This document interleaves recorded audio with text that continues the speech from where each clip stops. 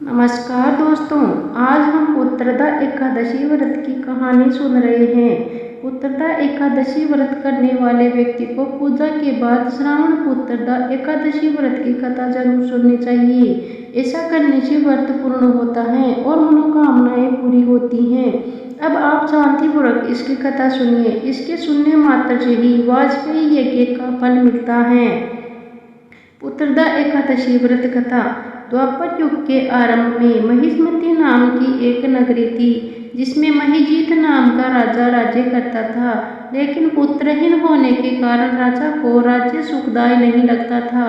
उसका मानना था कि उसके संतान न हो, उसके लिए यह लोक और परलोक दोनों ही दुखदायक होते हैं। पुत्र सुख की प्राप्ति के लिए राजा ने अनेक उपाय किए, परंतु राजा को पुत्र की प्राप्ति नहीं हुई। वृद्धावस्था आती देखकर राजा ने प्रजा के प्रतिनिधियों को बुलाया और कहा, हे प्रजाजनों, मेरे खजाने में अन्याय से उपार्जन नहीं किया हुआ धन नहीं है, न मैंने कभी देवताओं तथा ब्राह्मणों का धन छीना है। किसी दूसरे की धरोहर भी मैंने नहीं ली। प्रजा को पुत्र के समान पालता रहा। मैं अपराधियों को पुत्र तथा बांधवों की तरह दंड देता रहा। कभी किसी से गणना नहीं की, सबको सम्मान माना है। सज्जनों की सदा पूजा करता हूँ। इस प्रकार धर्मयुक्त राज्य करते हुए भी मेरे पुत्र नहीं है, सो मैं अत्यंत दुख पा रहा हूँ। इसका क्या कारण है? राजा महिजीत की इस बात को विचारने के लिए मंत्री तथा प्रजा के प्रतिनिधि वन को गए। वहाँ बड़े बड़े ऋषि मुनियों के दर्शन किए। राजा की उत्तम कामना की पूर्ति के लिए किसी श्रेष्ठ तपस्वी मुनि को देखते फिरते रहे। एक आश्रम में उन्होंने एक अत्यंत व्योमवृद्ध धर्म के ज्ञाता, बड़े तपस्वी, परमात्मा में मन लगाए हुए, निराहार, जितेंद्रिय, जितात्मा, जीत क्रोध, सनातन धर्म के गूढ़ तत्वों को जानने वाले, समस्त शास्त्रों के ज्ञाता महात्मा लोमस मुनि को देखा, जिनका कल्प के व्यतीत होने पर एक रोम गिरता था। सबने जाकर ऋषि को प्रणाम किया। उन लोगों को देखकर मुनि ने पूछा कि आप लोग किस कारण से आए हैं? निसंदेह मैं आप लोगों का हित करूंगा।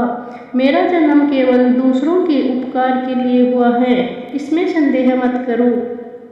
लोमस ऋषि के ऐसे वचन सुनकर सब लोग बोले, हे महर्षि, आप हमारी बात जानने में ब्रह्मा से भी अधिक समर्थ हैं, अतः आप हमारे इस संदेह को दूर कीजिए। महिष्मतीपुरी का धर्मात्मा राजा महिजीत प्रजा का पुत्र के समान पालन करता है, फिर भी वह पुत्रहीन होने के कारण दुखी है। उन लोगों ने आगे कहा कि हम लोग उसकी प्रजा हैं, अतः उसके दुख से हम भी दुखी हैं। आपके दर्शन से हमें पूर्ण विश्वास है कि हमारा यह संकट अवश्य दूर हो जाएगा, क्योंकि महान पुरुषों के दर्शन मात्र से अनेक कष्ट दूर हो जाते हैं। अब आप कृपा करके राजा के पुत्र होने का उपाय बताइए।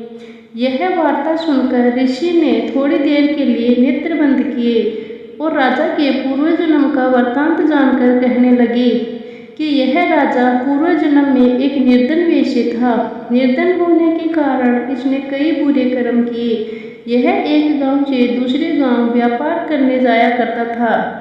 एक समय ज्येष्ठ मास के शुक्ल पक्ष की द्वादशी के दिन मध्याह्न के समय जबकि वह 2 दिन से भूखा प्यासा था, एक जलाशय पर जल पीने गया। उसके स्थान पर एक तत्काल ही ब्याई हुई प्यासी गौ जल पी रही थी। राजा ने उस प्यासी गाय को जल पीते हुए हटा दिया और स्वयं जल पीने लगा, इसलिए राजा को यह दुख सहना पड़ा। एकादशी के दिन भूखा रहने से वह राजा हुआ और प्यासी गौ को जल पिलाते हुए हटाने के कारण पुत्र वियोग का दुख सहना पड़ रहा है।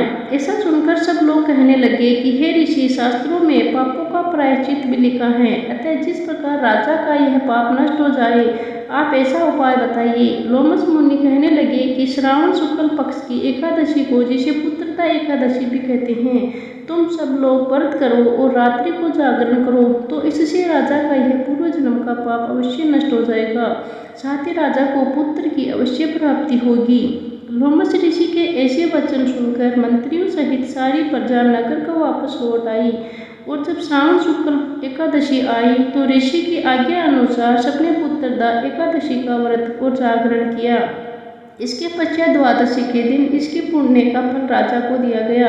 उस पुण्य के प्रभाव से रानी के गर्भ धारण किया और प्रसव काल समाप्त होने पर उसके एक बड़ा तेजस्वी पुत्र उत्पन्न हुआ। इसलिए हे राजन, इस श्रावण शुक्ल एकादशी का नाम पुत्रदा पड़ा। अतः संतान सुख की इच्छा हासिल करने वाले इस व्रत को अवश्य करें। इसके महात्म्य को सुनने से मनुष्य सब पापों से मुक्त हो जाता है और इस लोक में संतान सुख भोग कर परलोक में स्वर्ग को प्राप्त होता है। जय श्री हरि।